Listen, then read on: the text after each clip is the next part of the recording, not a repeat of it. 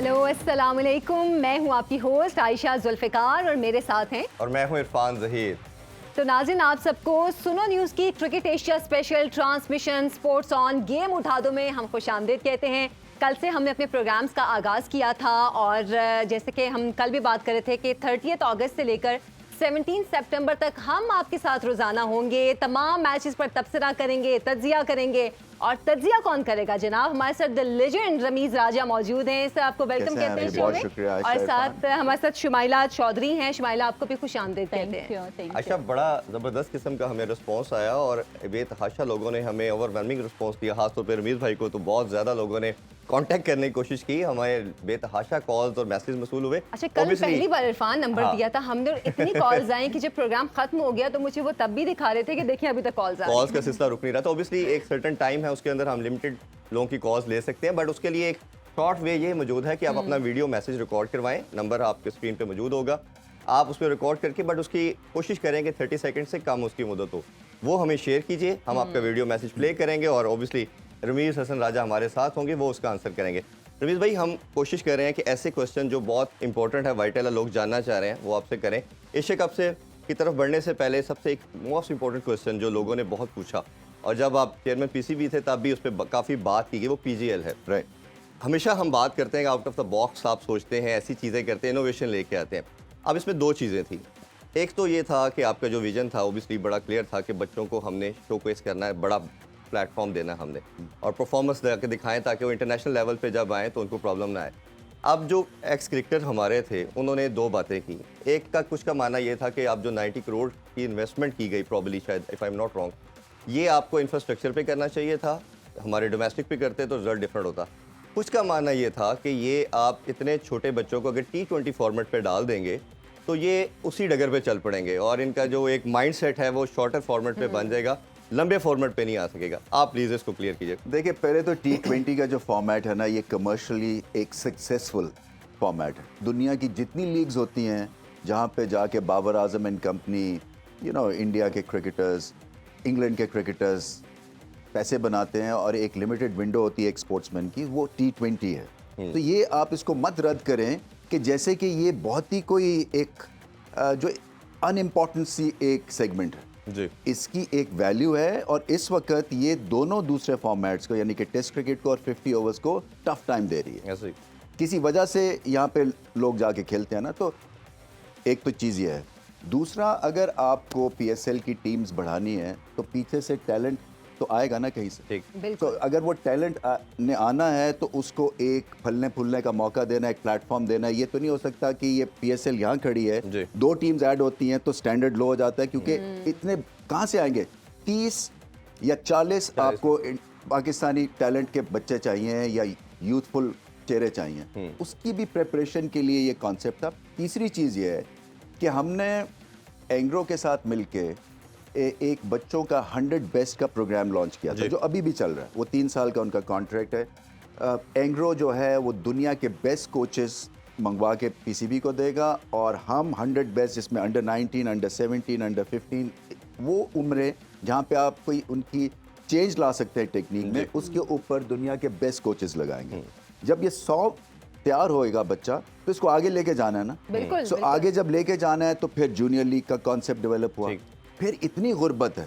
ये असल में जो कॉन्सेप्ट मेरे ज़हन में आया, एक दफ़ा यहाँ पे ऑल स्कूल्स का टूर्नामेंट हो रहा था। अगर आपके पास 1 मिनट है तो जी श्योर, हमारे पास आपके लिए टाइम आपके लिए टाइम ही टाइम है। क्या हुआ कि यहाँ पे ऑल स्कूल्स का पंजाब में टूर्नामेंट हुआ। उसमें 3 बच्चों ने स्कूल क्रिकेट में 250 स्कोर कर दिया एक इनिंग्स में। वाह।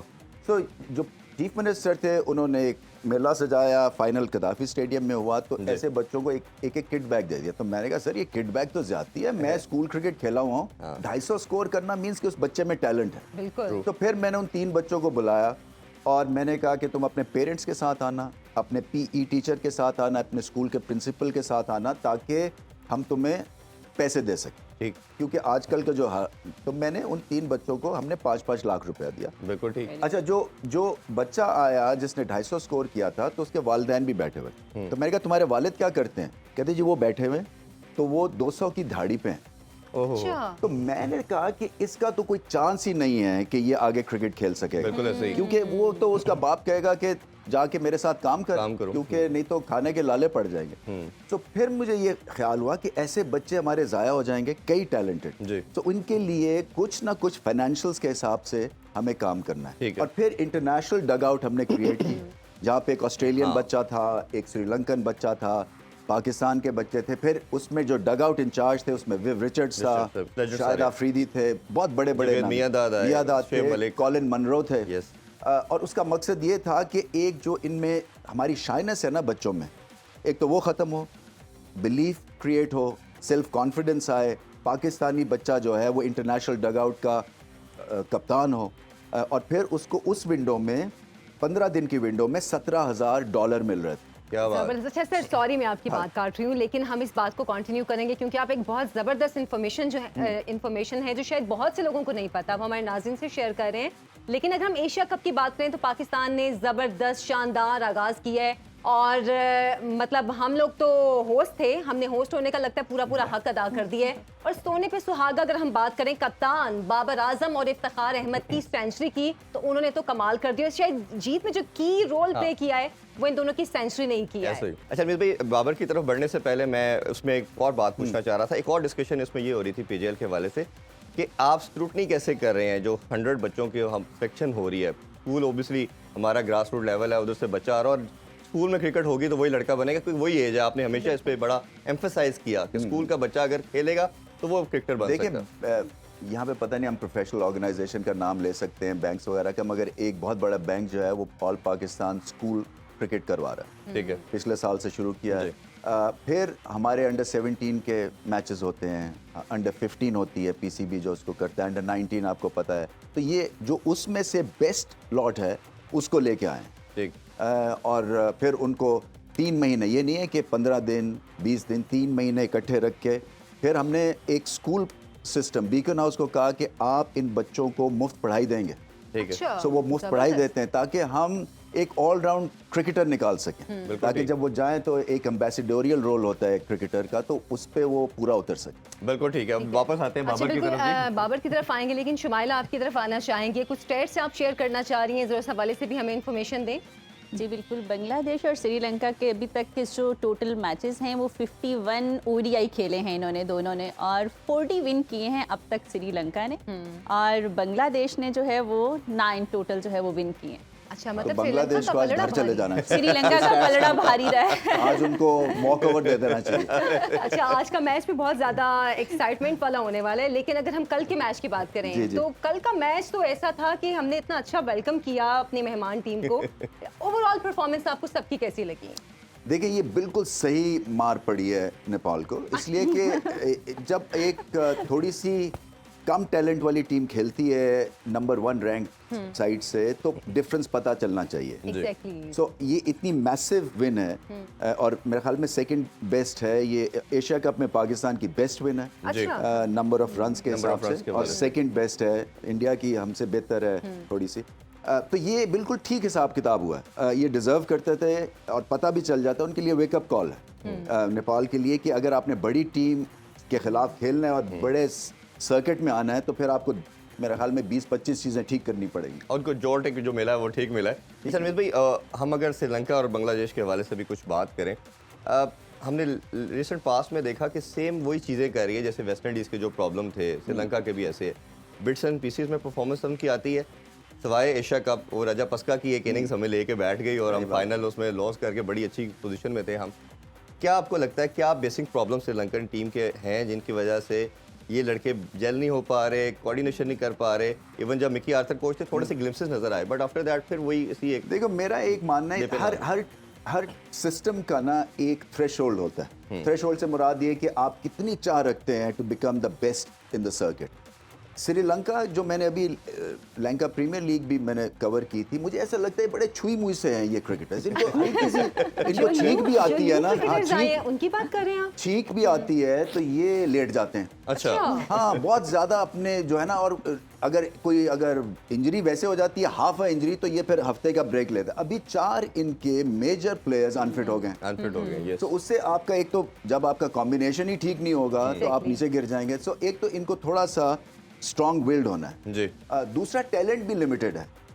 इनका जो टैलेंट है वो टेस्ट क्रिकेट में आपने देख लिया, पाकिस्तान ने दोनों टेस्ट मैच आराम से जीत लिए जी ऐसे ही। और गॉल में खेले जहाँ पे ये हारते नहीं हैं, हाँ। तो वहाँ पे हम जीत गए, उसके बाद कोलंबो में जीत गए।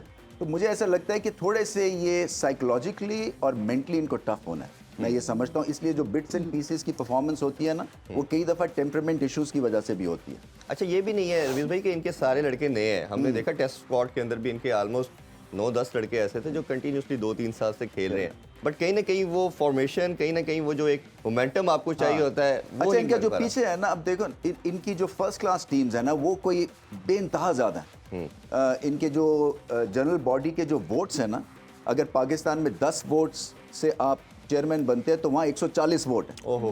तो वो एक तरह से पॉलिटिकल एक बेढंग सा निज़ाम है वहाँ पे। और कई दफ़ा जो है वो इतना टैलेंट है नहीं जितनी टीम्स हैं इनके पास, क्योंकि ज़्यादा टीम से फिर आपका टैलेंट भी तो कॉम्प्रोमाइज़ हो जाता है ना, तो वहाँ पे भी प्रॉब्लम है। फिर कोई वर्ल्ड क्लास प्लेयर नहीं है। देखिए आपके फेज़ होते हैं, कभी आपके पास शाहिन शाह अफरीदी, कभी आपके पास नसीम शाह, कभी हारिस रऊफ मिल जाते हैं, कई दफ़ा एक बैरन रन होता है, एक ड्राई रन होता है जहाँ पे इस तरह के प्लेयर्स नहीं आते। तो श्रीलंका का वो जो एक थी ना, मुरलीधरन, संगाकारा, महिला, जी। चमिंदा वास, उसके बाद एकदम से ये नीचे गए, और इसलिए भी गए कि प्रोसेस फॉलो नहीं हुआ है। सर्किट में इतनी ज़्यादा इंटेंसिटी नहीं है, इतनी ताकत नहीं है, और फिर इनकी सिस्टम भी जो है ना, वो आई थिंक उतनी पॉपुलर भी गेम श्रीलंका में नहीं रही है क्रिकेट, जितनी आज से 10 साल और पहले। जैसे अच्छा, आप आज के- बता रहे आज थे के मैच की भी- पॉलिटिक्स का भी बड़ा पॉलिटिक्स है, का तो बिल्कुल। हमारे भी, हम भी कल भी जिक्र कर रहे थे, हमारे यहाँ भी बहुत ज्यादा इम्पैक्ट है पॉलिटिक्स का। अच्छा, हम इस मैच पे भी बात करेंगे जो कि आज होने जा रहा है, लेकिन मेरा ख्याल है कल के मैच का थोड़ा सा हम खुलासा भी पेश करना चाह रहे हैं। जरूर। बाबर आजम इफ्तिखार अहमद की परफॉर्मेंस आउटस्टैंडिंग थी, और चचा भतीजा पूरे सोशल मीडिया पे चल रहे हैं कि चचा भतीजा ने मैच जितवा दिया। कैसी ओवरऑल मैं कल अपना क्योंकि मैंने भी 5000 स्कोर किया हुआ ओडीआई में, तो मैं रिकॉर्ड देख रहा था बाबर आजम वर्सेस अपना। तो वैसे तो मैं यहाँ एक्सपर्ट बैठा हुआ हूँ, मगर मतलब ज़मीन आसमान का फ़र्क है। मैंने 164 या 63 इनिंग्स में 5000 किया, उसने 94 इनिंग्स में कर दिया। जबरदस्त। सो आप सोच सकती हैं कि हम ये बाबर आजम के एरा में रह रहे हैं, और इसको हमें बहुत शुक्र अदा करना और चाहिए। हाशिम आमला का रिकॉर्ड तोड़ा है। हाँ वो है, बाकी विव रिचर्ड्स का तोड़ा है जी। विव रिचर्ड्स हमारे जब हमारी जो एरा था या हमारी जो नस्ल थी, उसमें उससे बड़ा कोई बैट्समैन पैदा नहीं हुआ। वो हमारे लिए जो था ना, वो यहाँ था, बाकी हम यहाँ पे थे। तो उसका रिकॉर्ड तोड़ देना, फिर विराट कोहली का रिकॉर्ड तोड़ देना, ये बहुत बड़ी अचीवमेंट है। और ये 19 सेंचुरी उन्होंने स्कोर हाँ, की। अब यही है कि बस ये लग ना जाए रिकॉर्ड के पीछे, मुझे ये भी डर लगता है। ये भी डर है। अच्छा, जी इफ्तिखार की शानदार सेंचुरी हमने देखी। रवीश भाई इनकी पहली सेंचुरी ओडीआई में, और हमने देखा कि एक बड़ा इंपॉर्टेंट रोल ये रखते हैं। साउथ कील का जब कंपैरिजन की हम कल बात कर रहे थे, तो यही एक चीज़ हमें मिसिंग पार्ट नज़र आ रहा था कि एक मिडिल ऑर्डर स्ट्रॉन्ग करना है, दूसरा हमें पावर हिटर चाहिए, क्योंकि हमें फिनिश करने के लिए कोई ऐसा प्लेयर है ही नहीं हमारे पूरे वो जो 4-5 लड़कों का पूल है। सलमान याग की बात करें, रिजवान की बात करें, जो बड़ी हिटिंग कर सके। शादाब और नवाज कर सकते हैं, बट उस तरह की बड़ी जिस तरह इन्होंने हिटिंग की, ऐसा प्लेयर नहीं है। तो आपको लगता है कि ये इनिंग्स इनके लिए बड़ी अच्छी होगी, और पाकिस्तान की जो कम्बिनेशन है बैटिंग का, उसको भी सूटेबल होगी? देखिए कल मैंने यही बात की थी कि 100-100 होता है, चाहे वो नेपाल के अगेंस्ट करें या आप ऑस्ट्रेलिया के अगेंस्ट करें, उससे बिल्कुल। कॉन्फिडेंस आता है। एक तो बहुत बड़ी बात ये है, और फिर जिस नंबर पे इन्होंने जाके हिटिंग की है, ये इतना स्कोर ना होता अगर इनकी हिटिंग ना होती तो। क्योंकि बाबर आजम तो देखे ना, वो संभाला देते हैं, उसके बाद उनके जो लास्ट के 50 थे उसमें एक्सलरेशन थी, इन्होंने 60 बॉलों में 100 कर दिया। बिल्कुल। तो एक तो एडवांटेज बहुत मैसिव है। मुझे लगता है इफ्तिखार सर्टन पिचेस के बहुत ही ज़बरदस्त प्लेयर है। ठीक। ऑस्ट्रेलिया में फॉर एग्जांपल मैं इनको हमेशा पिक करूंगा, क्योंकि ये पेस के अगेंस्ट अच्छा करते हैं। जहां गेंद फंसता है, स्पिन होता है, मैं इनको पिक नहीं करूंगा। तो इनका रियल टेस्ट अभी जो है वो शुरू होने वाला है। अफगानिस्तान है, भारत है, ये अच्छी टीम जो आएंगी ना, वो उससे पता चलेगा ये कितने पानी में है। मैं ये समझता हूँ लेकिन कि इफ्तिखार ने भी तो कहा ना कि अब तक उनको ऐसा चांस नहीं मिला। सही आज कह रहे हैं वो, उनको सही मैच कह में रहे हैं। चांस मिला, इसलिए वो इतना कर सके। सही कह रहे हैं, मगर ये भी नहीं हम कह सकते ना, बद्दुआ नहीं दे सकते कि टॉप ऑर्डर फेल होता रहे कि इफ्तिखार कर चांस सकते। होता रहे। अच्छा फिर भी एक इनका जो फ्लॉ नज़र आ रहा है इफ्तिखार का भी, और इवन समहाउ किसी हद तक बाबर के हवाले से भी कह सकते हैं, ये ऑफ द हैंड रीड नहीं करते, जैसे कल आपने भी इसमें एग्जाम्पल कोट की। तो ये आपको लगता नहीं है ये प्रॉब्लम हमारे प्लेयर का, और खास तौर पे जिस तरह की ये स्पिनिंग ट्रैक है और जितने क्वालिटी स्पिनर के अगेंस्ट इन्होंने खेलना है, इसको अगर सॉल्व नहीं करेंगे तो प्रॉब्लम में फंस सकती है। और ये पीछे अंडर 19 अंडर 17 में भी सॉल्व करना है जी, क्योंकि हम फॉर्चुनेट थे कि जावेद मियादाद हमारे साथ खेले, जो कि स्पिन को बहुत अच्छा खेलते थे। उनसे आइडिया हो जाता है कि हाथ से क्या होना है, नेट्स में हम कॉल करते थे जब अब्दुल कादिर बॉल कर रहे होते थे कि ये लेग स्पिन है, ये गुगली है, ये फ्लिपर है, ताकि एक आपको आइडिया होता रहता है। और फिर पिच जहाँ पे गेंद होता है स्पिनर का, वहाँ से भी आइडिया हो जाता है कि गेंद स्पिन अंदर विकेटों की तरफ हो रहा है या लेग स्पिन हो रहा है। तो ये आई थिंक हम जो हैं, क्योंकि इतना ज़्यादा T20 खेलते हैं कि हम फिर रिगार्ड नहीं करते हैं कि कई दफ़ा ODI में आपको संभल के भी खेलना है और छक्का लगाना है, रोकना है। तो रोकने के लिए आपको गेंद को समझना और उसको स्पिन को रीड करना बड़ा ज़रूरी है। सो जब तक हाथ से नहीं रीड करेंगे ये फंसते रहेंगे। और पाकिस्तान टीम अभी से नहीं है, ये मुझे याद है 99 वर्ल्ड कप जी शेन वॉर्न पड़ गया था। तो ये ऐसे जहाँ पे होता है ना स्पिन, वहाँ पे हम थोड़े से लटकते ये हैं। रिसेंट पास में 2019 में यादव ने, हमारे कुलदीप ने काफी आउट कर दिए सारों को। और ये मेरा ख्याल है कि हसरंगा ने हम out वनडे किया। सीरीज हार गए थे। हाँ। हसरंगा आए थे। इवन एशिया कप का जो फाइनल लास्ट ईयर हमारे हसरंगा ने, उसमें बड़े आउट किए थे। ऑब्वियसली जी अभी डिस्कशन को अभी कंटिन्यू करते हैं, ब्रेक का टाइम हो बहुत जाता है। जबरदस्त है होने वाली। और जैसे कि हम अभी गुज़श्ता मैच का ही कुछ खुलासा पेश कर रहे हैं, आज होने वाले मैच पे भी हम बात करेंगे। एक छोटी सी ब्रेक का टाइम हुआ है, आप देखते रहिए स्पोर्ट्स ऑन गेम उठा दो।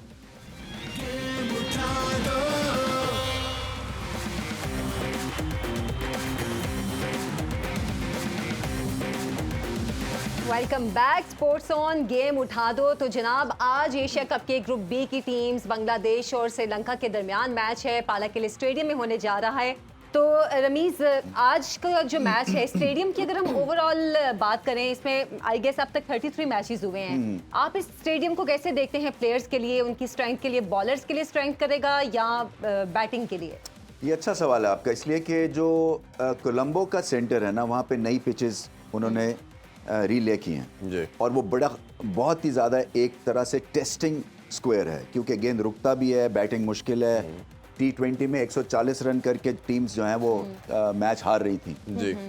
तो दूसरा जो पाले के लिए कैंडी, ये थोड़ा सा बेहतर है। यहाँ पे गेंद आता भी है, यहाँ पे रन्स भी होंगे और ये हाउसफुल होने वाला है, क्योंकि जब वहाँ पे थे हम अफगानिस्तान पाकिस्तान की सीरीज़ में, तो टिकट सब बिक गए थे भारत और पाकिस्तान के मैच के। सो मुल्तान थोड़ा सूना लगा मुझे क्राउड पॉइंट ऑफ व्यू, मगर कैंडी जो है वो हाउसफुल होगा।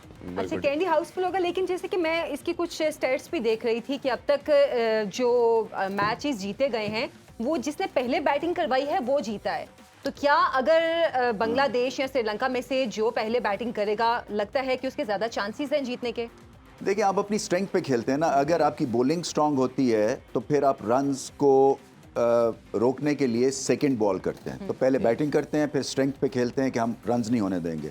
और अगर आपकी बैटिंग स्ट्रांग है तो फिर आप चेज करते हैं। बिल्कुल। तो ये अब देखना है कि, क्योंकि दोनों टीम्स जो है ना वो इंजरी के थ्रू इनकी वो पूरी स्ट्रेंथ पे नहीं है। दोनों जो टीम्स हैं ये बैटिंग की स्ट्रेंथ के ऊपर शायद कुछ ना कुछ काबू कर लें, क्योंकि श्रीलंका के 4 इंजरीज हैं, उनके मेजर प्लेयर्स को हैं। अच्छा। हाँ, और इसमें सबसे जो इम्पोर्टेंट इंजरी हुई है, हालांकि इंजरी इम्पोर्टेंट नहीं होनी चाहिए मगर है, इसलिए कि वो हसरंगा को ही। हसरंगा जो है वो 3 डायमेंशनल क्रिकेटर हैं। वो फील्डर बहुत अच्छे हैं, ब्रिलियंट बॉलर हैं, बैटिंग LPL में सबसे अच्छी की थी उन्होंने।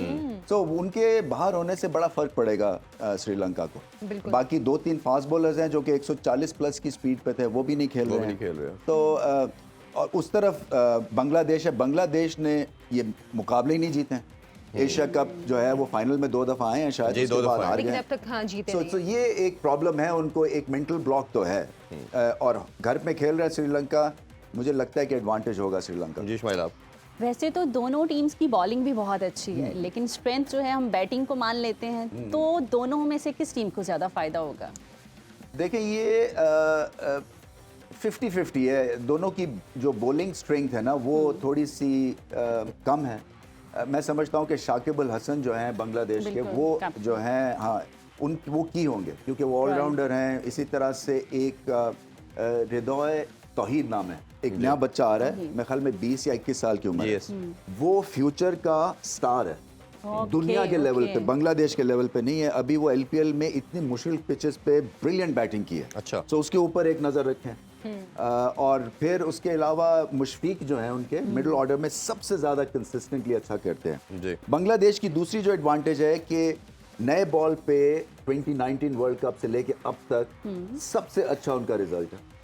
और पार जो लास्ट के ओवर्स में सबसे अच्छी बॉलिंग करती है उनकी टीम। तो उनको एडवांटेज तो है, जो आप कह रही थी ना कि बॉलिंग उनकी है अच्छी, तो मैं समझता हूँ बॉलिंग के ऊपर जो है अभी भी वो यहाँ पर करेगा। एक थोड़ा सा मुझे आप करेक्ट कर दें, ये शाकिबुल हसन या शकीबुल शाकिब है, शाकिब। पहले से हमारा मसला बना हुआ ये है। बांग्लादेश में जो नाम है ना, ये वो अलग अलग करते हैं स्पेल, अच्छा। और उसकी प्रोनाउंसिएशन भी जो है वो अलग है। और इनकी कमाल यूनिकनेस ये है कि काफ़ी अरसे से, हम डेकेड से ज़्यादा हो गया कि ये टॉप 3 एज ए ऑलराउंडर रहते हैं, अभी भी नंबर 1 पोजीशन पे है। अच्छा रवीज भाई, इसमें 2 चीज़ें मैं आपसे जानना चाहूँगा। एक तो अभी रिसेंटली आप उधर से होके आए हैं, ड्यू फैक्टर एक तो कितना इन्वॉल्व होता है, और जो टीम पहले बैटिंग करती है उसको क्या एटलीस्ट टोटल आपके ख्याल में सेफ टोटल लगता है इसको टारगेट करना चाहिए?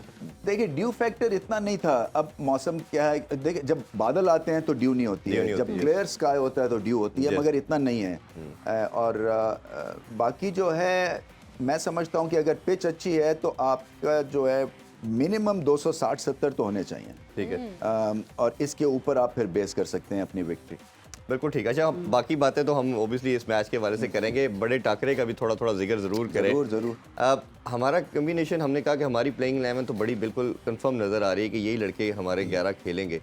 भारत के हवाले से ज़रूर जानना चाहेंगे, आपको क्या लगता है कि उसमें कोई क्या चेंजिंग करनी चाहिए, क्योंकि उनका ओपनिंग स्लॉट भी अभी कोई एज सच कंफर्म नहीं है।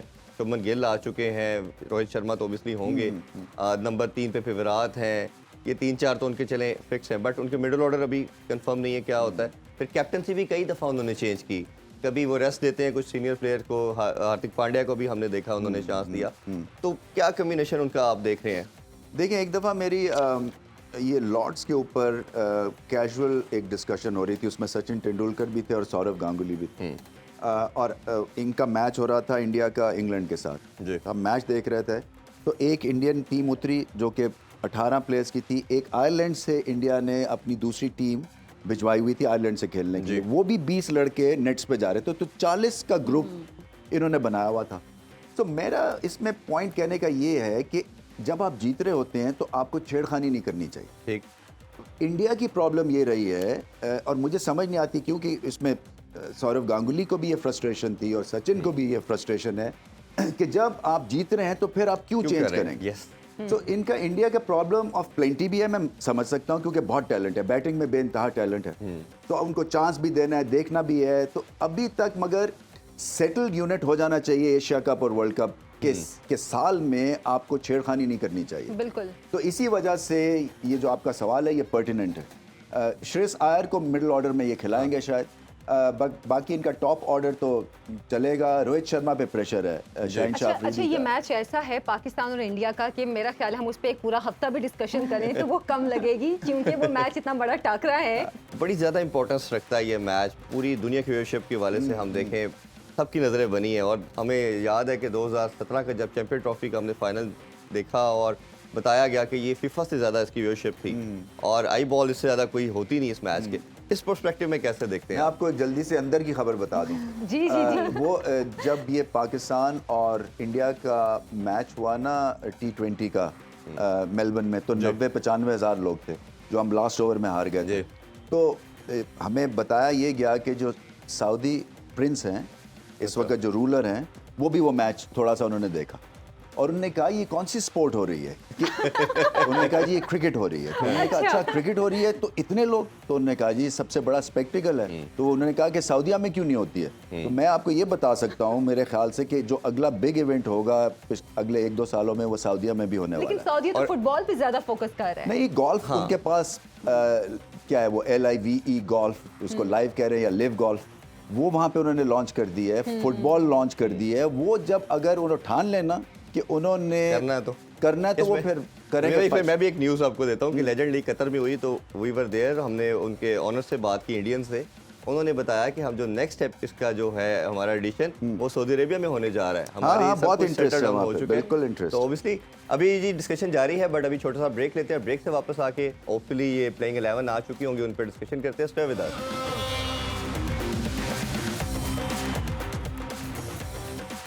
Once again welcome back sports on. आप देख रहे हैं special Asia Cup transmission.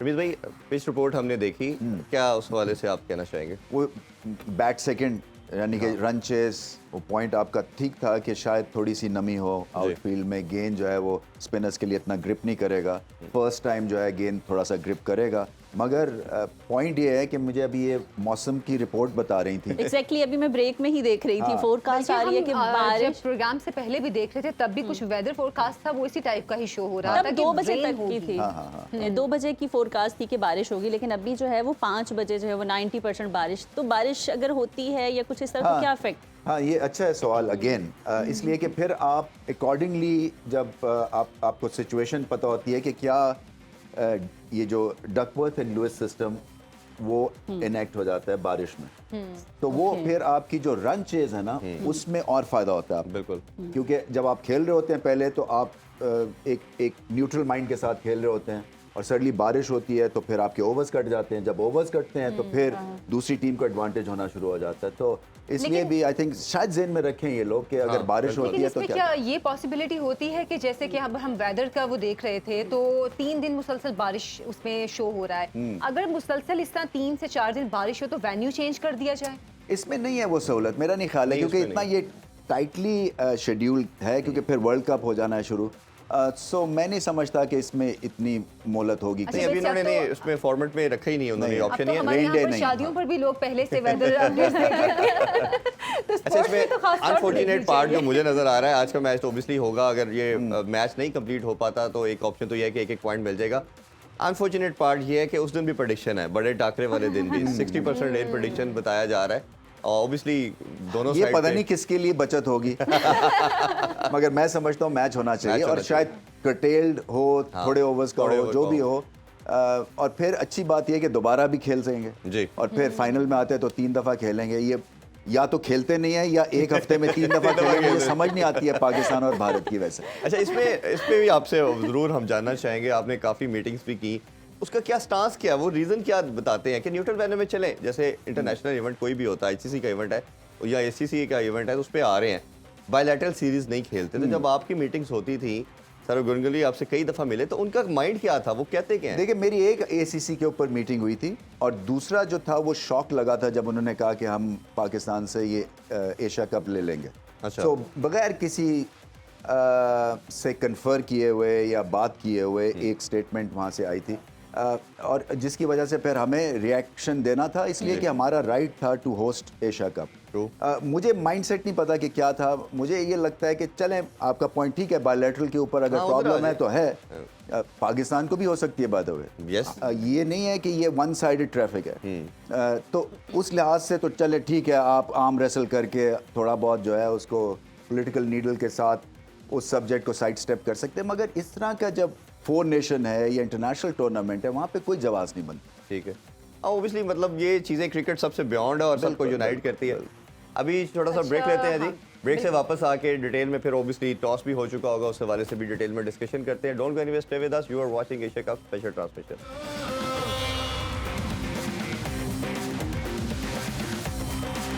Welcome back जनाब। तो एशिया कप की स्पेशल ट्रांसमिशन के साथ एक बार फिर से आपकी खिदमत में हाजिर हैं, और जैसे कि टॉस भी हो चुका है और बांग्लादेश ने टॉस जीतकर बैटिंग का फैसला किया है, तो रमीज आप कैसे देख रहे हैं, बांग्लादेश के फेवर में जाएगा ही? देखिए, एक तो मौसम को उनको प्रॉब्लम नहीं है, सो वो, और ठीक भी होता है कई दफ़ा आप प्रेजेंट मोमेंट में रह के उस वक्त की कंडीशंस को सामने रख के डिसीजन करते हैं। फ्यूचरिस्टिक प्लान तो ठीक होते हैं, मगर ज़्यादा उसके ऊपर डिपेंड नहीं आप कर सकते हैं। दूसरा ये है कि पिच रिपोर्ट में आपने सुना था कि जो बॉलिंग सेकंड टाइम है वो मुश्किल काम है, क्योंकि गेंद ग्रिप करना, थोड़ी सी ओस, शबनम, जो भी कह लें, ड्यू फैक्टर है, सो उसकी वजह से भी प्रॉब्लम हो सकती है। मगर मुझे ऐसा लगता है कि वो समझते हैं कि हम इतने रन्स कर लेंगे। प्रेशर मैच में होता क्या है, और प्रेशर मैच ही है इनका, कि रन्स ऑन द बोर्ड से आप दूसरी ऑपोजिशन पे प्रेशर क्रिएट कर सकते हैं। Exactly. और अगर बारिश हो जाती है, और फोरकास्ट है, अगर बारिश हो जाती है तो रमीज भाई वो डकवर्थ मेथड भी इन्वॉल्व होगा और ओवर्स भी कर्टेल होंगे, तो लगता नहीं है कि ये कहीं ना कहीं इस जगह पे आके ये डिसीजन इनको हैम्पर कर सकता है? नहीं करेगा, बिल्कुल कर सकता है। मैंने कहा ना, अगर आप मुझसे पूछें और मैं कप्तानी कर रहा होता तो मैं भी प्रेजेंट में रह के डिसीजन करता। आगे बारिश होती है या नहीं होती है, वो 80% से सडनली 30% अभी दिखा रहा है रडार। सो कुछ भी हो सकता है, क्योंकि वहाँ पे हवा चलती है, बादल उड़ जाते हैं, फिर आ जाते हैं, सो थोड़ा सा वो डाइसी हो जाता है मामला। अच्छा, अभी एक ग्राउंड के हवाले से आप भी कुछ मेमोरीज शेयर कर रहे थे, वो जरा प्लीज हमारे नाज़रीन के साथ नहीं, मगर वो कैंडी की नहीं है, वो गॉल की है। आप बात कर रही थी ऑफ एयर के गॉल बड़ा खूबसूरत सेंटर है। सो मैं एक दफ़ा सन 2000, और मैंने कमेंट्री में भी बात की है, सन 2000 की बात है, मैं वहाँ कमेंट्री कर रहा था, और मैं गॉल क्रिकेट स्टेडियम की तारीफ़ कर रहा था, क्योंकि एक तरफ इंडियन ओशन है, सामने डच फोर्ट है, सो ये मेरे ख्याल में दुनिया की सबसे खूबसूरत ग्राउंड में एक है। सो अगले दिन क्योंकि आप मुल्तान की हैं, तो मुल्तान से मुझे एक ख़त आया वहाँ पे, और एड्रेस पूरा मैं तो नहीं नहीं थी ना सर। एड्रेस पूरा नहीं था, सिर्फ लिखा हुआ था कमेंटेटर रमीज़ राजा। तो उन्होंने एक गालिब के शेर से वो ख़त शुरू किया और उन्होंने कहा कि मुझे बड़ा खुशी हो रही है कि आप गॉल क्रिकेट स्टेडियम की इतनी तारीफ़ कर रहे हैं, तो मैं अब आपको सन 1941 में ले चलता हूँ, जब मैं आपके दादा के साथ यहाँ पे वर्ल्ड वॉर 2 में सर्व कर रहा था। तो वो कैप्टन थे, तो हम जो थे सोल्जर थे। तो कहता है वो इस इंडियन ओशन से आ रहे थे, तो उनके हाथ में एक स्टिक थी। अच्छा। तो वो कहते हैं जैसे इस एरिया में आए तो उन्होंने एक गोलदारा बना के कहा कि एक दिन ये बड़ी अच्छी क्रिकेट ग्राउंड बन सकती है। तो कहते हैं मुझे इतना खुशी हो रही है कि उनका पोता जो है वो इस ग्राउंड की इतनी तारीफ कर रहा आपने है। दूसरी बार ये मेमोरी शेयर किया और दोनों मतलब मेरे रोंगटे खड़े हो गए हैं। मतलब और फिर मैंने एक अपने वालिद prediction से ऐसी कहा, हुआ, वो मैंने prediction कहा पूरी जी भी कि हो जाए। उनसे आप राब्ते करें। तो फिर उस वक्त उनकी मेरे ख्याल में कोई 88 या 90 साल उम्र थी। तो फिर उन्हें बताया कि गोल्फ फेस होटल है कोलंबो में, वहाँ हम ठहरे थे, हम बैरिक्स में थे और आपके जो दादा थे उनको कमरा मिला हुआ था। सो फिर मैंने जाके वो देखा, वो वर्ल्ड वॉर में वो जो होटल था वो सिर्फ आर्मी के लिए था, क्योंकि वॉर हो रही थी। उस होटल में डॉन ब्रेडमैन भी ठहरे, जो ग्रेट लेजेंडरी ऑस्ट्रेलियन क्रिकेटर हैं। तो उनकी भी तस्वीर लगी हुई है 1930s में। बहुत ज़बरदस्त। तो ये बड़ी एक अपनी पर्सनल मेमोरी है। बहुत ज़्यादा। ये बहुत अच्छा, ज़बरदस्त थोड़ा सा है। अगर हम दोबारा रमीज़ भाई मैच की तरफ आएँ तो दोनों कैप्टन के हवाले से मैं ज़रूर आपसे जानना चाहूँगा। शानिका की बात करें तो ये एग्रेसिव कैप्टन है, अब सब जानते हैं T20 रोडिया में इनको सेलेक्ट किया जाता है और ऑलमोस्ट अब 2 साल से ज़्यादा का टाइम इनको हो चुका है और एक अच्छा रन दिया है श्रीलंका ने, इन पे पूरा रिलाय किया है। इसी तरह शकीबुल हसन की तरफ आए तो उनको दोबारा एक अपॉर्चुनिटी मिली, कई दफ़ा हम देख चुके हैं पास में, और ऑलराउंडर तो नंबर 1 है, बेहतरीन बैटर भी है उनके लिए। कैसे देखते हैं दोनों को एज ए कैप्टन आप? देखिए इस वक्त जो हवा चल रही है ना श्रीलंका में, वो हसरंगा की चल रही है एज अ स्किपर, क्योंकि अभी वो LPL में उन्होंने ज़बरदस्त परफॉर्मेंस दिखाई थी। मगर शानिका जो हैं वो ऑन द डे बहुत ही अच्छे ऑलराउंडर है और 50 ओवर्स में अच्छी इनकी परफॉर्मेंस है। आप ठीक कह रहे हैं, और टीम को इकट्ठा रखते हैं। ये श्रीलंका में कहते हैं ये राहुल द्रविड़ टाइप की एक पर्सनैलिटी है। अच्छा। जो कि एक्सप्लेन चीज़ें ठीक कर सकते हैं, कंट्रोल में इमोशंस रखते हैं और ठीक ठाक लीड करते हैं। शाकिब जो है वो फोर्स्ड एक तरह से उनको कप्तानी मिली है, क्योंकि तमीम इकबाल जो थे वो पहले कप्तानी से रिज़ाइन कर दिया, फिर उनकी प्राइम मिनिस्टर ने उनको कहा नहीं आप वापस आएँ, वो वापस आए, फिर उनको इंजरी हो गई। सो वो हालात थोड़े से डाइसी हैं वहाँ कप्तानी को लेके बांग्लादेश में। बट जैसे मैंने कहा कि आपके पास वाइट बॉल क्रिकेट में वक्त कम होता है कप्तानी का। सो हर एक को लीडरशिप का रोल निभाना है, हर प्लेयर को जी। क्योंकि उसको अपनी फील्ड सेट करनी आनी चाहिए, बॉलर को, बैट्समैन को क्या कौन से शॉट्स खेलने हैं। T20 में इसका बहुत ज़्यादा इंपॉर्टेंस है, क्योंकि वो लॉन्ग ऑफ पे कोई आपका कप्तान खड़ा हुआ है तो लॉन्ग ऑन पे वो भाग के तो नहीं जाएगा, क्योंकि टाइम ही नहीं होता है। तो इसलिए आपको आई थिंक लीडरशिप जो क्वालिटी है ना बदल रही है। सिर्फ एक लीडर नहीं आपको चाहिए, आपको 11 लीडर्स चाहिए जो अपना ख्याल कर सके। और मैं इसमें हमेशा रमीज़ भाई कहता हूँ कि कैप्टन की गेम अवेयरनेस अपने 11 लड़कों से भी ज़्यादा होनी चाहिए और ऑपोजिशन के भी 11 लड़कों से ज़्यादा होने चाहिए। अगर वो एक स्टेप आगे नहीं है तो वो कभी रीड नहीं कर पाएगा सिचुएशन को। जो आपके जो टीम का थिंक टैंक है ना वो बड़े इंपॉर्टेंट होता है। फॉर एग्जाम्पल ये जो टॉस करके क्या करना है, पिच को कैसे रीड करना है। सो आपका अगर थिंक टैंक क्लेवर है तो वो आपको सही मशवरे देता है। तो ये भी इंपॉर्टेंट एक चीज़ है कि आपके पास एक intelligent reader of the pitch होना चाहिए। फिर वो आपके पास एनालिटिक्स का तो एक पूरा एक तरह से जंगजू एक कैंप होता है। अच्छा, आपकी बात से मुझे याद आया कि जब बाबर को कैप्टन बनाया गया था तो हम लोग भी ज़ाहिर है हम तो एक आम ऑडियंस के तौर पर देखते हैं कि पाकिस्तानी टीम में कौन कैप्टन आ रहा है। तो मेरा ख्याल है हम लोगों के भी जहनों में कहीं ना कहीं आया था कि नया लड़का है, मतलब काफ़ी यंगस्टर है, पता नहीं ये कैप्टनसी को लेकर चल सकेगा नहीं, लेकिन बाबर ने खुद को प्रूव किया है। आपके ख्याल में पाकिस्तानी टीम में भी ऐसे कैप्टन्स हैं जैसे आप कह रहे हैं कि 11 के 11 लड़के कैप्टन होने चाहिए? देखिए कोशिश बाबर की यही होनी चाहिए कि इनको इतना कॉन्फिडेंस दें कि ये अपनी फील्ड सेट कर सकें। और मैं कई दफ़ा मुझे कोफ्त भी होती है कि क्यों कप्तान ही फील्ड एक बॉलर की सेट करे, जब उसको पता है कि उसने कौन सी स्विंग करनी है, किस लेंथ पे बॉल करनी है, तो उसको अपनी कप्तानी खुद करनी है। बाबर आजम देखे मेरा बहुत अच्छा इंटरेक्शन रहा है बाबर आजम से, और मैं समझता हूँ कि अभी उम्र उनकी 28 साल है, मगर उनमें मैच्योरिटी जो है वो बेइंतहा है। Exactly. और वो उनमें निखार भी आ रहा है कप्तानी में। हाँ, आप हर वक्त एग्री नहीं कर सकते उनकी स्ट्रैटेजी या टैक्टिक्स से, मगर आपको ये पता है कि उनको रिस्पेक्ट है ड्रेसिंग रूम में। तो पहली चीज़ यही होती है कि आपके लिए प्लेयर्स लड़ने मरने को तैयार हो जाएं, आपकी रिस्पेक्ट हो। और क्योंकि सबसे अच्छे प्लेयर भी हैं वो, तो इसलिए उनको रिस्पेक्ट भी मिल जाती है और धीमे अंदाज से बहुत बड़े बड़े कारनामे अंजाम दे रहे हैं। उनकी बैटिंग से देखिए, जो एक कैरेक्टर है ना किसी भी इंडिविजुअल का, वो फील्ड में आपको पता चल जाता है कि ये ऐसे ही पर्सनैलिटी है। तो जिस तरह बाबर आजम खेलते हैं ना, आपको पर्सनैलिटी पता चल जाती है। धीमे मिजाज के हैं, लंबी बारी लेते हैं, रिस्क फ्री हैं और अक्लमंदी के साथ वहाँ पहुँच जाते हैं। ठीक है, शायद मोटरवे नहीं लेते हैं तो जीटी रोड से चलते हैं, मगर पहुँच जाते हैं। अच्छा, मिसबाह उल हक के बारे में भी सब ऐसे ही कहते थे कि बहुत टाइम लेते हैं और बहुत आराम आराम से खेलते हैं। आप कह सकते हैं कि बाबर मिसबाह उल हक के कुछ करीब करीब हैं? नहीं, मिसबाह उल हक के पास और थे, उस वक्त पाकिस्तान में क्रिकेट नहीं हो रही थी, तो उनको बाहर जाके खेलना था, जो कि और बड़ा चैलेंज था। मगर उनके क्रेडिट में ये है कि सईद अजमल डिस्कवर किया उन्होंने, और उन्होंने इस तरह के बॉलर्स डिस्कवर किए, मोहम्मद आसिफ उनके नीचे खेलते रहे, सो जिसकी वजह से फिर फ़ायदा हुआ और मैचेस भी हम जीते। मिसबाह उल हक में थी ट्रेंच मेंटेलिटी, जिसको हम कहते हैं कि वो जो है ना, वो बंकर में जाके और थोड़ी देर लेट जाते थे, फिर वो चीज़ों को ब्रीद होने देते थे, और ब्रीद होने में फिर दूसरी ऑपोजिशन गलती करती थी। सो वो एक मिजाज अलग था उस ज़माने में क्रिकेट का। अब मिजाज ये है कि आपने एग्रेसर बनना है, आपने इनिशिएटिव लेना है और आपने डिसीजन मेकर बनना है। सो ये थोड़ा सा ट्रेंड जो है वो बदल। भाई, आपने अग्रेसर की बात की, बाबर में एक चीज़ लैक करती है। अगर हम दोनों वर्ल्ड कप की बात करें, T20 का जो ऑस्ट्रेलिया से भी हम हारे, हमें लगता था कि हम 175 पे नहीं जीत सकते। यूएई के दुबई के अंदर जो हारे, वो भी हमें थोड़ा सा, हमें लगा 15-20 रन शॉर्ट थे। इसी तरह लास्ट फाइनल जब पहुंचे हम, जो भी जर्नी था वो एक सेपरेट डिबेट है, बट हमें लगता था कि 130 या 140 का फाइनल में टोटल नहीं चाहिए। इंग्लैंड की जो बैटिंग लाइनअप थी 160 तक चाहिए। तो कहीं ना कहीं आपको लगता है कि एग्रेसिव पार्ट बाबर के अंदर मिसिंग है।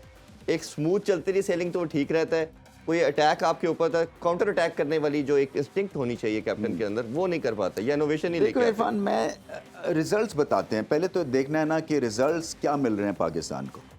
टेस्ट क्रिकेट हमारा वीकर एरिया है, उसमें बहुत ज़्यादा रूम फॉर इम्प्रूवमेंट है। ठीक, टैक्टिक्स वहाँ लड़ते हैं, अप्रोच वहाँ पे डिफरेंट होती है, सो वहाँ पे ऊपर आप शायद उंगली उठा सकते हैं टीम सिलेक्शन के पॉइंट ऑफ व्यू से। मगर ये भी बेचारे, मैं इसलिए कहता हूँ क्योंकि पिचेस ही नहीं मिली हैं ना, इनके पास उस वक्त फिट फास्ट बॉलर्स थे। आपको याद है ना कि फास्ट बॉलर्स तो थे नहीं हमारे सबसे इंपॉर्टेंट सीजन में, तो वो लिमिटेड रह गए। मगर वाइट बॉल में बिल्कुल ठीक काम कर रहे हैं, क्योंकि आप 2 फाइनल्स खेले हैं। जीतना चाहिए था, वो टेम्परामेंट के इशूज़, वो ये नहीं है कि टैक्टिक्स की वजह से हमें मार पड़ी है, मगर उस दिन घबराहट का भी शिकार हो सकते हैं। कैच गिर गया, इंपॉर्टेंट कैच ड्रॉप हो गया, गलत मौके के ऊपर हिट मार दिया आपने। मगर टेम्परामेंटली फाइनल में तो प्रॉब्लम थी, इंडिया को हराया आपने, तो टेम्परामेंट और नर्व्स तो आपकी अच्छी थी ना।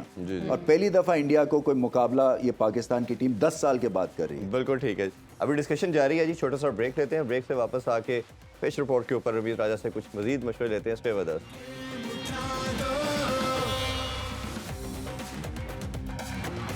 Welcome back. Bangladesh versus Sri Lanka match शुरू हो चुका है और यकीनन अब सबकी नज़रें इस मैच की तरफ हैं। कल का मैच तो गुजर गया और पाकिस्तानी टीम की परफॉर्मेंस पे सब में वाह वाह किया है।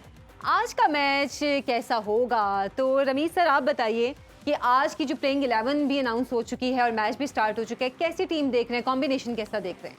देखिए, जो श्रीलंका की टीम है ये बुरी टीम नहीं है। इसमें 2-3 नाम है जो कि मैं बताना चाह रहा हूँ। एक पति राणा है, वो उनका स्लिंगिंग एक्शन है, IPL खेले हैं, 20 साल की उम्र है, 148 की स्पीड है उनकी, अच्छा, तेज बॉल करते हैं। एक 20 या 21 साल की उम्र के हैं, लेफ्ट आर्म स्पिनर और उनके बैट्समैन वेले लागे, ये अभी LPL खेले हैं, बहुत अच्छा खेले हैं वो।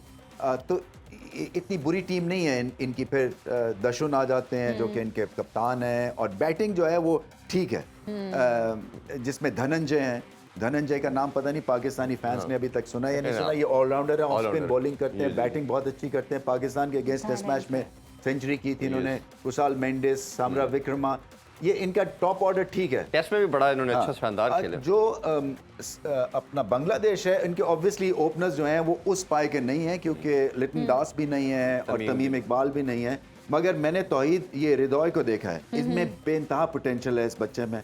शाकिब अल हसन है, मुशफीक हैं, इनका मिडिल ऑर्डर जो है वो इतना बुरा नहीं है। फिर जो आपके तस्कीन अहमद हैं, ये भी 145 पे बॉल करते हैं, तेज हैं। यानी आप कह रहे हैं कि बांग्लादेश का टॉप ऑर्डर भी इस वक्त ठीक है, अच्छी पोजीशन में है, और मिडिल ऑर्डर भी ठीक है। बांग्लादेश का टॉप ऑर्डर के ओपनर्स थोड़े से हल्के हैं, थोड़े से हल्के पता नहीं, मगर देखना यही है कि क्या होता है आगे चल के। ऑब्वियसली जो इनके रेगुलर ओपनर से वो अवेलेबल नहीं है, तो देखना पड़ेगा कि वो किस तरह परफॉर्म करते हैं। स्पिन अटैक तो अच्छा लगता है बांग्लादेश का भी, नहीं बिल्कुल वो उस लिहाज से अच्छा है। अच्छा भाई, टिप ऑफ द डे, हम ऑब्वियसली हर एक डेली कोशिश है किसी एक पॉइंट के ऊपर बात करें। एक टॉपिक हम बात करते जा रहे हैं, हमारे पाकिस्तानी को प्रॉब्लम है वो स्पिनर को उसके हैंड से रीड करना कि वो गुगली आ रही है, लेग ब्रेक आ रही है, या फिंगर स्पिनर है तो वो क्या फिंगर यूज कर रहा है, वो अंदर आ रही है बाहर आ रही है, तो वो जो पिच पे रीड करते हैं तो वो क्या प्रॉब्लम आता है, अगर वो शेयर करना चाहे। देखें, होता क्या है कि आजकल सारे जो वाइट बॉल में बॉलर्स हैं, एक तो वो उनमें थोड़ा सा मैजिशियन टच है, क्योंकि लेफ्ट आर्म जो है वो नवाज की तरह जो है वो रेगुलर स्पिन नहीं करते हैं, वो फिर आके रिस्ट स्पिन करते हैं और उसमें गुगली भी करते हैं और तेज स्पीड पे करते हैं। सो जब आप तेज स्पीड पे करते हैं तो आप यहाँ से कई दफ़ा गेंद पिक नहीं करते हैं और सटल वेरिएशन है। मुश्किल काम है हाथ से पिक करना, ये मैं मानता हूँ। राशिद जैसे, हाँ, राशिद खान है, इसी तरह से नूर है अफगानिस्तान के, कुलदीप यादव हैं, वो भी ऐसे रिस्ट स्पिन है, लेफ्ट आर्म। हसरंगा खेल नहीं रहे हैं मगर वो भी तेज करते हैं हाथ के साथ। सो उसके एडवांटेजेस और डिसएडवांटेज क्या है। जब आप हाथ से रीड कर बॉलर को कर लेते हैं तो फिर आप कदमों का इस्तेमाल कर सकते हैं, क्योंकि आपको पता है ये गेंद इस तरफ अंदर आएगा या बाहर निकलेगा, तो आप पहले से आपको हेड स्टार्ट मिल जाता है। और अगर आप ऑफ द पिच रीड करते हैं तो आप फिर फंसे रहते हैं क्रीज में, क्योंकि फिर आप सर्वाइवल मोड में चले जाते हैं। और जब सर्वाइवल मोड में वाइट बॉल क्रिकेट में जाते हैं, इसका मतलब ये है कि मुकाबला आप हार चुके हैं, क्योंकि आपको पेस चाहिए, एक रिदम चाहिए, आपको अटैकिंग ऑप्शंस चाहिए, अटैकिंग ऑप्शंस आपके किल हो जाते हैं। फिर दूसरी जो चीज़ है कि जहाँ पे गेंद कर, अब ये 3 स्टंप्स हैं, अब जो गुगली करने वाला बॉलर है वो गेंद यहाँ से अंदर लाएगा ना, वो इधर से मिडिल स्टंप से नहीं लाएगा। तो मैं कई दफ़ा बड़ा हैरान होता हूँ कि जहाँ पे गेंद पिच हो रहा है उससे आपको आइडिया हो जाता है कि गेंद अंदर आ रहा है या बाहर लेग स्पिन होगा। तो और जो टॉप स्पिन है वो मिडिल स्टंप में करते हैं ताकि आपको लेग बिफोर विकेट मिल जाए। बट पाकिस्तान को ये प्रॉब्लम है, और पाकिस्तान के मसले इसलिए हैं कि हम इतनी टेनिस बॉल क्रिकेट खेलते हैं अपने बागों में, ग्राउंड्स पे, गलियों में, सड़कों पे, कि वो एक ही रिदम की फिर आपकी बैटिंग होती है, वो हाथ से गेंद उसका मकसद ही फौत हो जाता है। पाकिस्तानी क्रिकेट को हम शुरू से अनप्रेडिक्टेबल कहते आ रहे हैं। अब पाकिस्तान ने बहुत अरसे से एक अच्छा स्टैंड लिया है, एक अच्छी पोजीशन बनाई है। आपके ख्याल में अभी भी हम अनप्रेडिक्टेबल ही उसको कह सकते हैं? नहीं, अब ओडीआई की रैंकिंग नंबर 1 है। आपकी जो स्टैट्स के हिसाब से आपके बैट्समैन, बॉलर्स दोनों बहुत अच्छे शोबों में काम कर रहे हैं, जीत भी रहे हैं। आप फाइनल्स खेलते हैं अब तक। उम्मीदें जो है बढ़ गई हैं फैंस की। मैं बता रहा था ऑफ एयर कि सबसे ज़्यादा गूगल पे सर्च जो किया गया पाकिस्तानियों को वो क्रिकेट है, वो क्रिकेटर्स हैं, और अभी नहीं पिछले 3-4 सालों से। सो ये बाबर आजम एंड इनकी टीम को क्रेडिट देना पड़ेगा कि हम आस लगा सकते हैं इस टीम, आस लगा सकते हैं, ये सबसे जरूरी है, वरना तो आस भी नहीं लगती थी। सही बात। हमारी टीम की अगर बात करें तो सऊद शकील एक ऐसा लड़का आया जिसने स्पिन को सबसे खूबसूरत शानदार खेला। इसको कैसे रेट करते हैं? या अब्दुल्ला शफीक ने भी अच्छा खेला। देखिए, सऊद शकील की जो सबसे अच्छी बात यह है कि एक तो रीड करते हैं स्पिन को, और फिर वो अगेंस्ट जो आपकी फील्ड सेट की हुई है उसके अगेंस्ट जाते हैं। सो अगर उनको सिंगल लेना है और यहाँ पे सारी फील्ड है तो वो आराम से ऐसे करके इधर एक रन ले लेते हैं। और मैं उनको रेट करता हूँ टॉप 3 बल्लेबाज दुनिया के जो स्पिन को अच्छा खेलते हैं, और बहुत पोटेंशियल है उनमें। जी। और फिर निकल के भी खेलते हैं, उनका गेम प्लान बड़ा सॉलिड है, और मेरे ख्याल में उनको चांस मिलना चाहिए। सिर्फ एक जो कई दफ़ा मुझे प्रॉब्लम पाकिस्तान की टीम सिलेक्शन के हवाले से लगती है कि बहुत ज़्यादा एक ही तरह से जब फ्लॉप भी शो हो रहा हो कईयों का, उनको भी बहुत लंबा चांस दे देते हैं। अच्छा, उसमें हमने कल सलमान अली आगा को मैंने अफगानिस्तान सीरीज में भी देखा, रिवर्स स्वीप करते हुए आउट हुए, कल भी सेम पोजीशन पे आउट। जब आप रीड नहीं कर रहे तो ऑब्वियसली आप इस तरह के अनऑर्थोडॉक्स शॉट्स खेलते हैं। तो आपको क्या लगता है किस बैटर की जगह अगर चांस मिलता है साउथ को? अभी तो माइंडसेट यही है कि बड़ी शॉट्स नहीं है, इस वजह से इन दोनों प्लेयर के साथ स्टिक किया जा रहा है। तो अगर दिया जाए तो किसकी जगह पे दे सकते हैं? देखिए, मैं इफ्तिखार का सोच रहा था, क्वेश्चन मार्क है, मगर उन्होंने सेंचुरी कर दी है, सो उनको सेंचुरी मेरे ख्याल में 2-3 मैच तो और ज़्यादा मिल जाएंगे। बट अगर आपको पता है कि ये प्लेयर जो है इसमें पोटेंशियल है स्पिन को अच्छे खेलने के लिए, उसके लिए ज़बरदस्ती जगह बनती चाहिए। मुझे याद है इमरान खान कप्तान थे हमारे इंडिया में, एजाज फ़कीर ने 86-87 के टूर पे सेंचुरी की थी और अगले मैच में उनको 12th मैन बना दिया था उन्होंने, क्योंकि उस वक्त ज़रूरत थी स्पिन बॉलिंग की। तो एजाज फ़कीर ऑलराउंडर थे, तो उनको सेंचुरी के बाद भी बाहर कर दिया, क्योंकि जो अगली पिच के लिए जो सिलेक्शन थी वो डिमांड करती थी स्पेशलिस्ट स्पिनर। तो इस तरह से सोच आपकी होनी चाहिए कि जो सिचुएशन के हिसाब से जो फॉर्म प्लेयर है, सबसे पहले तो फॉर्म बड़ी इंपॉर्टेंट है, फॉर्म प्लेयर्स को आप अंदर रखें और फिर अगर आपको नजर आ रहा है कि साउथ शकील में इतनी महारत है कि वो कुलदीप यादव का करारा जवाब दे सकता है, तो आप चांस ले जाएं। चांस नहीं दे, बिल्कुल ठीक है। वो जैसे मुश्ताक अहमद साहब कहते हैं ना, वर्ल्ड कप में 92 में मुझे बड़े रन्स हुए, हाँ। तो डगआउट में परेशान था, तो कीपर ने कहा कि क्या शानदार बॉलिंग की है, तुम्हारा डे नहीं था। तो ये कैप्टन कई दफा आपको जब मुश्ताक अहमद को 92 में मारनी पड़ी, उनको थ्रू आउट मार पड़ती। अच्छा, साथ साथ ग्राउंड के भी कुछ मनाजिर हम अपने नाज़रीन से शेयर कर रहे हैं कि इस वक्त दोनों टीम्स के जो कौमी तराने हैं वो बजाए जा रहे हैं, और उसके बाद एज यूजुअल मैच शुरू हो जाएगा। तो मैच फिर कैसा शुरू होगा वो यकीनन हम भी देखने के लिए एक्साइटेड हैं। तो क्या लग रहा है? देखें जी, ये बड़ा मोमेंट होता है जब नेशनल एंथम बजता है ना, तो ये आप में एक जो जज्बा, कौमियत का जज्बा जगाता है और ये इकट्ठा करता है आपको। सो इमोशनल मोमेंट होता है, और इसके लिए हम क्रिकेट खेलते हैं बेसिकली, क्योंकि ठीक है वो अपने आप को चैलेंज करते हैं, आपकी मेहनत होती है, आप इतने लोगों में आप सिलेक्ट होते हैं, बट ये बड़ा एक प्राइसलेस मोमेंट। अच्छा, एक क्वेश्चन हमसे ना काफ़ी पूछा गया आपसे लोगों ने, सरफराज और रिजवान के हवाले से। उन्होंने कहा कि अगर ओबियसली फर्स्ट चॉइस अभी रिजवान है, तो सेकंड आपका कीपर के तौर पे सरफराज के पास जो एक्सपीरियंस को जाना चाहिए। तो आप क्या समझते हैं कि सरफराज की कोई एज डगआउट में जगह बनती है, या हमें किसमें, टेस्ट में या वनडे में? वर्ल्ड कप आ रहा है, एशिया कप है, और एज ए कैप्टन उसने बड़ा सर्व किया, तो आपको हेल्पिंग हैंड भी प्रोवाइड कर सकता है। अभी तो बात हो रही है शायद मेंटोर के तौर पे भी वो जाएंगे वर्ल्ड कप में। अच्छा, मुझे नहीं आइडिया इस चीज़ का। मैं समझता हूँ कि जो आपके पास मोहम्मद हारिस का ऑप्शन है वो बुरा ऑप्शन नहीं है। उस बच्चे में पोटेंशियल है, उसके ऊपर काम किया जा सकता है, और हमें आगे की तरफ देखना है। और अगर वाइट बॉल में आप ज़्यादा एक्सपेरिमेंट कर सकते हैं। टेस्ट क्रिकेट में मैं मानता हूँ आपको एक्सपीरियंस की ज़रूरत होती है, सिचुएशंस आपको रीड करनी होती हैं, तो उसमें आपको एक्सपीरियंस हैंड चाहिए, बट वाइट बॉल क्रिकेट में आपको चांस लेना चाहिए विद यू। बिल्कुल ठीक। अच्छा, हम वैसे ना हर चीज़ में, हर बात के एंड में ना हम अपनी टीम पे आ जाते हैं। अब जैसे कि मैं नसीम शाह की भी बात मैं भी करने वाली थी कि नसीम शाह ने बहुत अच्छा परफॉर्म किया था जो ओडीआई में हमने देखा। आप नसीम शाह को आप किस तरह देख रहे हैं, क्योंकि हमारे बेस्ट स्पिनर्स में वो भी आ रहे हैं। आपको लगता है कि नसीम शाह आगे एक अच्छा नाम बनाएंगे, एक बड़ा नाम बनाएंगे? नसीम शाह बहुत अच्छी बॉलिंग करते हैं जी, तेज़ बॉलिंग करते हैं और आउट स्विंग करते हैं, उनका एक्शन बहुत अच्छा है। तो उस लिहाज से मैं समझता हूँ कि वो आपका लीड रोल ले सकते हैं। अभी तो शाहीन शाह अफरीदी लीड रोल लेते हैं, उनमें भी इतनी एबिलिटी है। हारिस रऊफ भी बहुत अच्छा है। हारिस रऊफ भी तेज़ बॉलिंग करते हैं। ये बहुत बेहतरीन बॉलिंग अटैक है पाकिस्तान में। और ये अब तो मेरा ख्याल है अफगानिस्तान के लिए वो एक नाइटमेयर बन चुके हैं, जिस तरह बैटिंग से वो मैच जिताने शुरू कर दिए। बॉल नहीं, बैट के साथ जो है वो अपना डोनाल्ड ब्रेडमैन बन जाता है। बिल्कुल ऐसे ही। अच्छा, रिजवान के बारे से ये बात कर रहे थे कि रिजवान को नंबर 5 दिया जा रहा था, बट रिजवान ने खुद एक प्रेस कॉन्फ्रेंस में कहा कि मुझे सूट करता है 4 नंबर और मेरी ख्वाहिश है, और कैप्टन ने ऑब्वियसली उसको ऑनर भी किया। आपकी नज़र में रिजवान किस में ज़्यादा सूटेबल है, 4th नंबर पे या 5th उनके लिए सूटेबल? मेरा मानना यह है कि अगर साउथ शकील को इंडक्ट करते हैं तो फिर 4 नंबर का वो प्लेयर है, ताकि इनिंग्स वो डेवलप भी करे और लेके भी चले साथ। देखिए, ये जो नंबर्स होते हैं मुझे कभी समझ नहीं आती। मैं मिडिल ऑर्डर से, मुझे कहा जी आप ओपन कर लें, तो मैंने ओपन कर ली थी, इसलिए मैं ओपनर बन गया।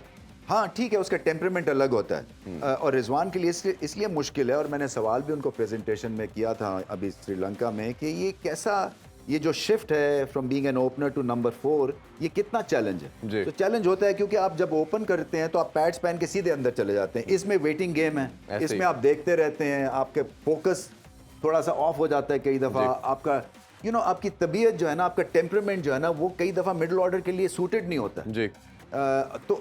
और क्योंकि इसलिए कि आप ओपन करते रहे हैं। सो अगर मुझे आप कहें कि ओपनर से मिडिल ऑर्डर खेले तो उसका एक और ही टेक होती है। तो ये चीज़ें हैं जो कि शायद जो क्रिकेट खेला उसी को आइडिया है, बट वो जितने बड़े टीम प्लेयर हैं मुझे नहीं लगता कि वो उनको 5 पे भी आप खिला देंगे तो वो माइंड करेंगे। अगर for the cause of the team उनको कुर्बानी देनी है तो वो दे जाएंगे। अच्छा, एक बहुत ज़्यादा क्वेश्चन पूछा भी गया और मेरा खुद मानना है कि शादाब पूरी टीम का ना एक की पॉइंट बनता है, रोल जो उसका है, चाहे बैटिंग के अंदर बात करें या बॉलिंग के अंदर बात करें। वो 20 ओवर से लेके 30 ओवर के दरमियान उसका बॉलिंग में भी रोल है, बैटिंग में भी ऐसे पोजीशन पे आते हैं जब आपको तेज़ रन्स करने हैं।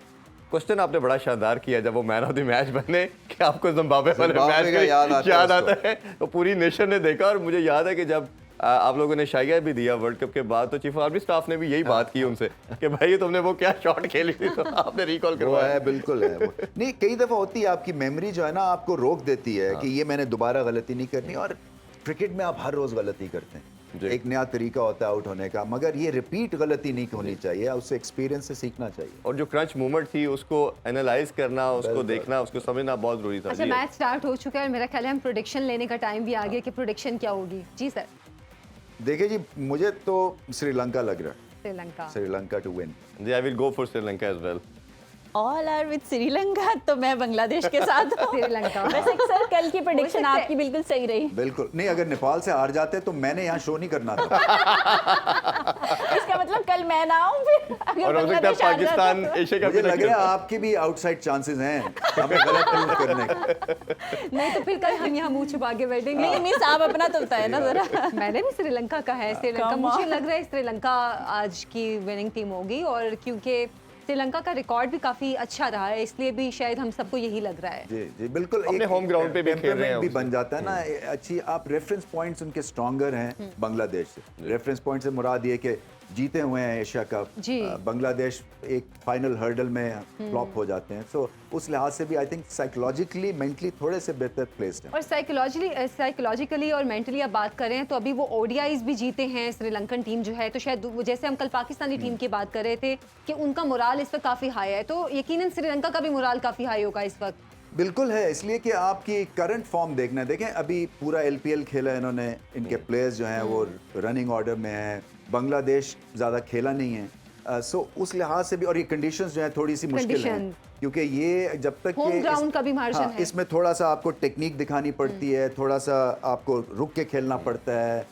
पता नहीं बांग्लादेश उसके लिए तैयार हैं या नहीं है, मगर श्रीलंकन उनसे बेहतर प्लेस्ड। और अफगानिस्तान से ना सीरीज भी अपनी हार के आए हैं ये बांग्लादेश, और अपनी होम ग्राउंड में सबसे स्ट्रॉन्ग साइड कंसीडर होती है। और अभी ये जब घर से बाहर आ रहे हैं, श्रीलंका की कंडीशन उनके लिए मेरा ख्याल है बहुत आसान नहीं हालांकि होगी। मैं टाइम कहीं मगर पढ़ रही क्रिकेट में थी कुछ कि नहीं कहना दोनों चाहिए, टीम्स के relations आपस में बहुत अच्छे हैं। बचाव के लिए भी हमें कुछ अपना फ्रंट नहीं, लगाना मुझे चाहिए। लग रहा है कि आप लोग चाह रहे हैं मैं अपना डिसीजन चेंज करूं। नहीं, ऐसा आप नहीं नहीं कर करें। नहीं नहीं नहीं, जो डिसीजन ले मेरे लिया ख्याल में वो मुल्तान ले जीत लिया। जाएगा। मुल्तान जीत जाएगा आज। लग रहा है। चले जी, प्रोग्राम इसके का बाद वक्त भी मैं खत्म फिर हो दुआओं गया पे है। शुरू हो जाते हैं। प्रोग्राम का वक्त भी खत्म हो गया है और गेम भी स्टार्ट हो चुकी है। बांग्लादेश और श्रीलंका के दरमियान मैच शुरू हो चुका है। देखेंगे कि ये मैच कौन टीम विन करती है, और आज शाम की और रात की भी ट्रांसमिशन आपके साथ ही रहेगी। अभी तक के लिए इजाजत दें, अल्लाह हाफिज।